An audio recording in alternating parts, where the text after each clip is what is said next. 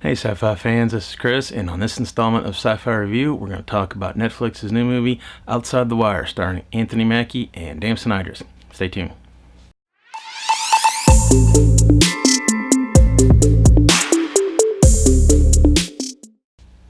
So, Outside the Wire is a new movie from Netflix.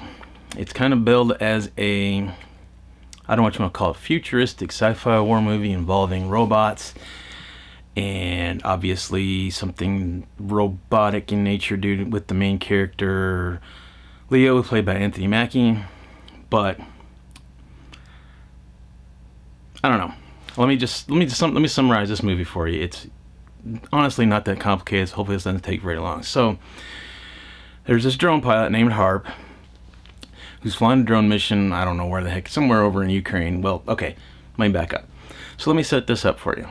The U.S. is doing some kind of peacekeeping mission and has a little demilitarized zone in the middle of Ukraine. This is in some alternate future. This is based nothing in reality at all. Ukraine's fighting Russia. They're doing some peacekeeping mission with this DMZ. That's what Outside the Wire references, outside of this little DMZ zone where the rules don't apply.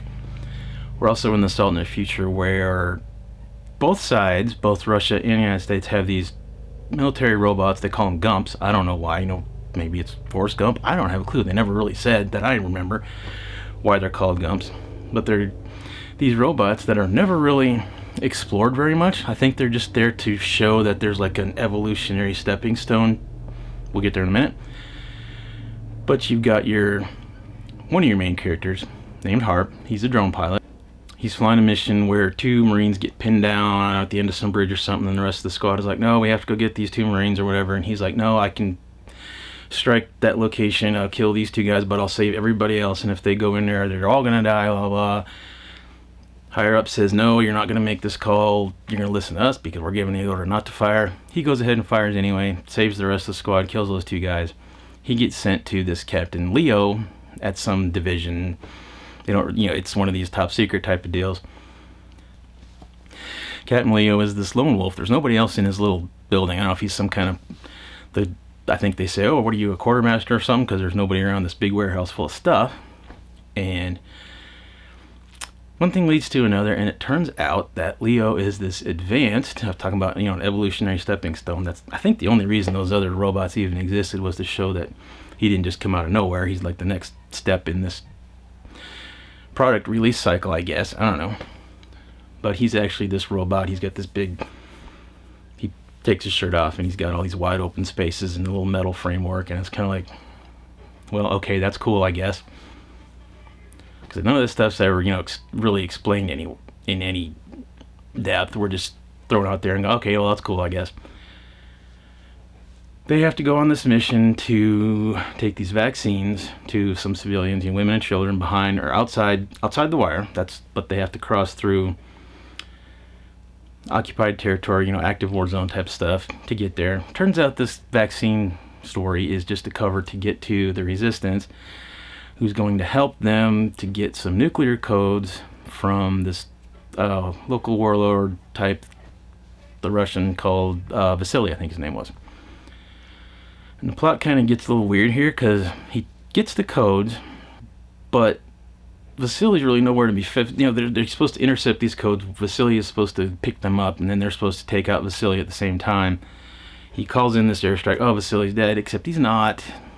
But Leo then takes the codes to Vasily, and then double crosses him, kills him and all his men. And we're sitting here going, what the hell's going on here? This makes no sense, right?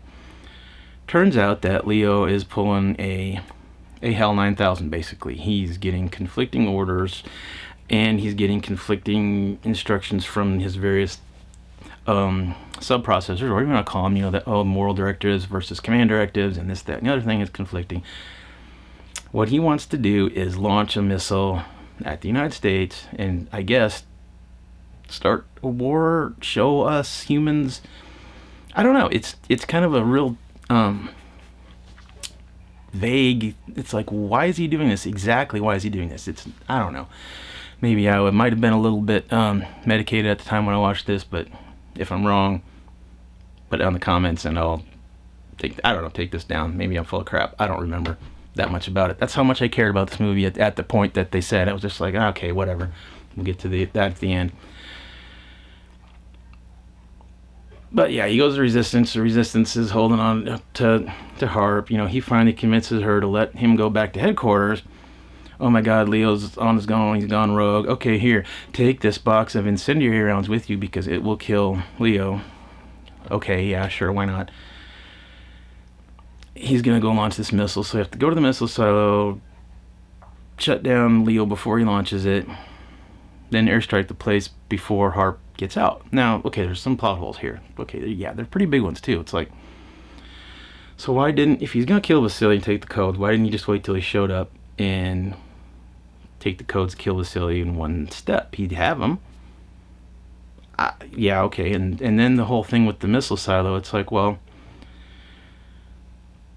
nuclear warheads, they don't get armed when they launch. They get armed, some point up there so they don't blow up right above the launch point. Oh crap, that was a mistake.